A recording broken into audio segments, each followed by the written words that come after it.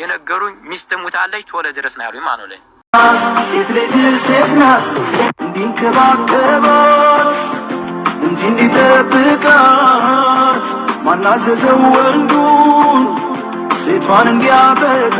የሰማሁትን የሰማለ እውነት እኔ የሰማሁትን የሰማለው። ትላንትና መዲና በሳዑዲ አረቢያ ውስጥ መዲና አካባቢ አንድ እህታችንን ለ2 ዓመት ተከራይታ ከምትኖርበት ቤት አብሮ ተከራይቶ የሚኖረው ወንድ ደብድቧት ህይወቷ አልፎ ትኑር አይታወቅም። ቤቱ ደም በደም ነው። እንደዚሁም ሊያቃጥላት ራሱ ጋዝ ለኩሶ እጃዛ ቤት የነበሩት ልጆች በአላህ ብለው አተረፏት ነው የሚባለው። አሰላሙ አለይኩም ወራህመቱላሂ ወበረካቱ። ሰላም ቤተሰቦቼ እንዴት ናችሁልኝ? ሁላችሁንም ሰላም ብያለሁ።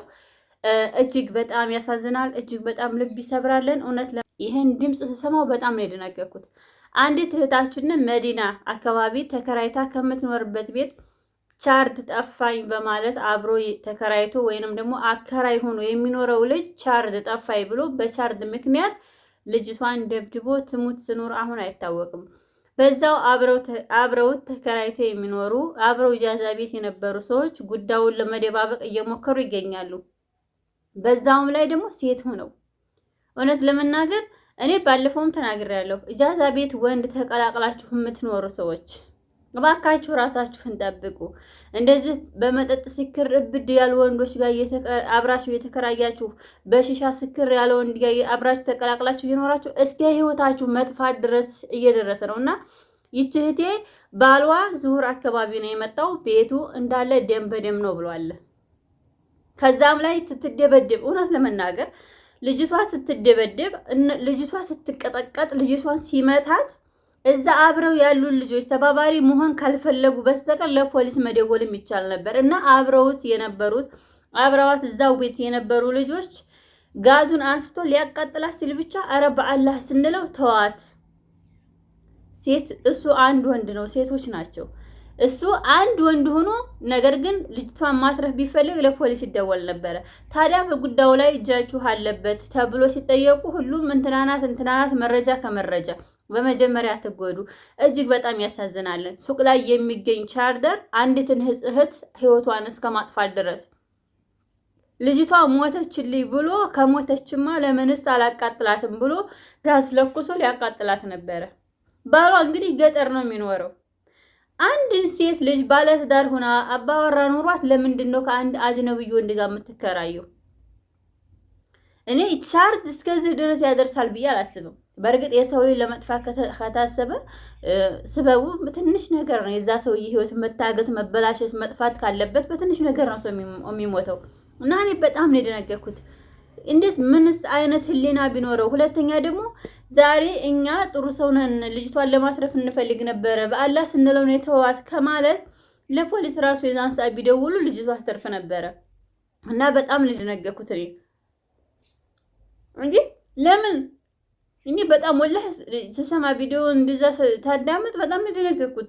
ተነስቶ እስከሚመጣ ድረስ እነሱ ሴቶች እዛ አብረው ተከራይተው የሚኖሩ ሴቶች ልጁን ለምን ብለው አንድ ሴት ልጅ እዛ ስትደበደብ እያዩ አብረው ቁጭ ብለው እሳት ብቻ ሊያቃጥላት ሲል አረ በአላህ ተዋት ስንለው ተዋት። ልጅቷን ለማትረፍ ከተፈለገ የልጅቷን ህይወት ለመታደግ ከተፈለገ ቀጥ ብሎ የዛን ሰዓት ልጅቷ ሲደበድባት ወደ ጎጅ ነገር ሲሄድ ወደ ፖሊስ መደወል ይቻል ነበር። ልጁ ራሱ አያመልጥም ነበረ።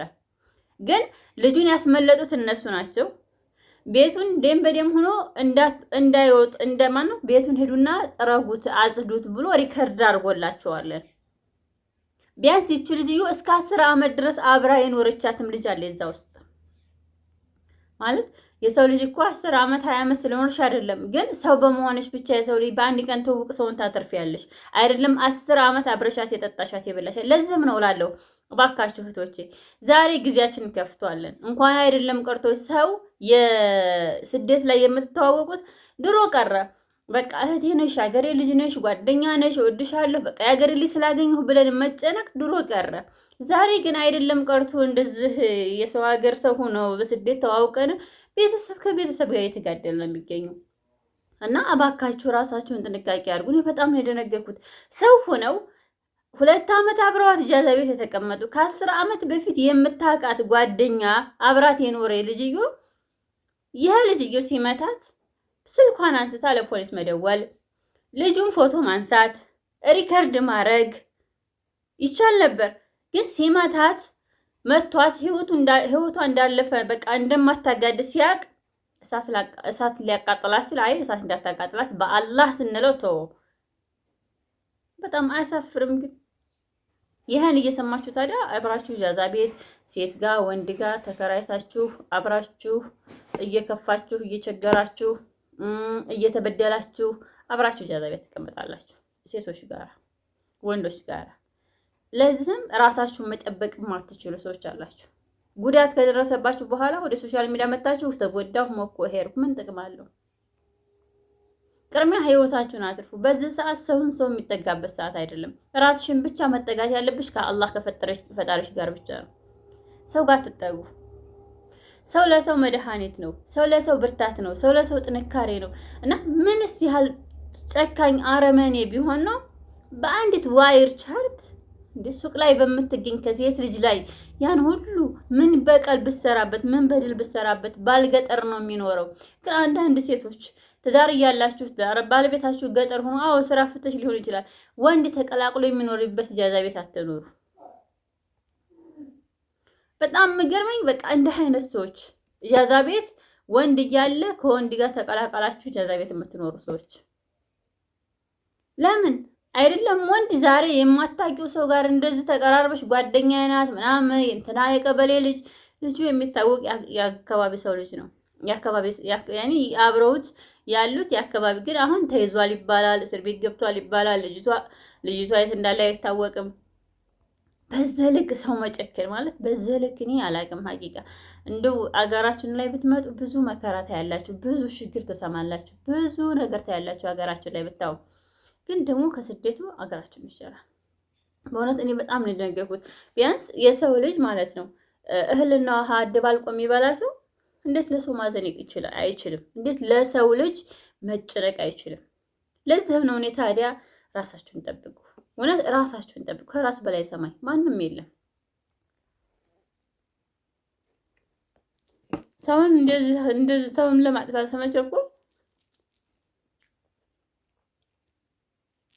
አላውቅም። ሀቂቃ ሰው እኮ መሞት ካለበት እየበላም ትን ብሎት ይሞታለን። ግን ለምን በዚህ ልክ መደብደብ፣ በዚህ ልክ እንዲገደል መሆን፣ በዚህ ልክ የዛ ሰው ህይወት እንዲበላሽ መሆን ለምን አስፈለገ? አንዳንድ ጊዜ አንሰማም። እኛም ሲነግሩን በቃ የሚሆነንን የሚጠብቀንን የሚጎዳንን ሰው አንለይም። ብቻ ሰው በመሆኑ ተጠግተን ራሳችን እስካጠፋን ድረስ አብረን እንጠብቃለን። በጣም ያሳዝናል። ሰው አገኝ ብሎ ወጥቶ ሰው ሰርቼ ቀየራለሁ ብሎ ወጥቶ ሰው ሀገሩ ሲወጣ ገንዘብ ለማግኘት ብሎ ወጥቶ ግን በዛው ልክ ደግሞ የማይለቅ በሽታኛ ሆኖ መቅረት፣ በሰው ሀገር ላይ የት እንዳለ የት እንደተቀበረ የት እንደወደቀ የማይታወቅ በባህር ብዙ እህቶቻችን ወንድሞቻችን እየሄዱ እያለቁ ይገኛሉ። ግን አላውቅም ማን ለማን እንደሚያዝን አላውቅም። ለምን ከእንስሳዎች ተለይተን ሰው ሆን? ለምን ከእንስሳዎች ተለየን? ታዲያ ለምን አገራችንን ለቀን እኮ ነው። ከሰው የበለጠ እኮ ምግብ ልንበላ አይደለም፣ ግን የተሻለ ነገር እናገኛል ብለን ነው። በዛው ልክ ደግሞ የገዛ እህቶቻችንን የገዛ ወንድሞቻችንን በገዛ ስጋዎቻችን ላይ ድንበር እያለፍን አያውቅም። እውነት እኔ በጣም ነው የደነገርኩት። እኔ አልሐምዱሊላህ ጓደኛዬም አንዲት ናት። ስደትም ኖሬ አንድም ወንድም ጓደኛ ሴትም ጓደኛ ያለኝም ብቸኛ ነኝ። አገርም ሆኜ ብቸኛ ነኝ። በቃ እየኖርኩ ነው። ያው አንዳንድ ጊዜ ደግሞ ሰው ያስፈልጋል። በዛው ልክ ደግሞ ደህና ሰዎች አሉ። በእምነት አንድ አይነት ሳትሆኑ በቃ ሰው በመሆን ብቻ አንድ አይነት ሆናችሁ የምትኖሩ ሰዎች አሉ። ስለዚህ አላህ ከእንዲህ አይነቱ መከራ ይጠብቀን። እውነት ለመናገር በጣም ያሳዝናል፣ በጣም ልብ ይሰብራል።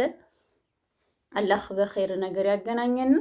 ይሄን ቪዲዮ ሁላችሁም ላይክ ሼር አድርጉልኝ። ሰብስክራይብ በተማሪ የነካችሁ ሰብስክራይብ አድርጉኝ። አላህ ከእንደዚህ አይነት መከራ ወጥቶ ከመቅረት ይጠብቃችሁ። አላህ ይሰውራችሁ። ሀገራችንንም ህዝባችንንም ሰላም ያርግልን። የሰው ችግር አያሳየን። እውነት ለመናገር ሰው ሲችግር ማየት በጣም ከባድ ነው። ሰው ሲሰቃይ፣ ሰው ሲያለቅስ ማየት በጣም ከባድ ነገር ነውና አላህ ከእንደዚህ አይነት ነገር ጭራሽ በሰው ላይ ድንበር ከሚያልፉ ሰዎች አያርገን። አላህ ይጠብቀን። ሰላም አለይኩም ወራህመቱላሂ ወበረካቱ።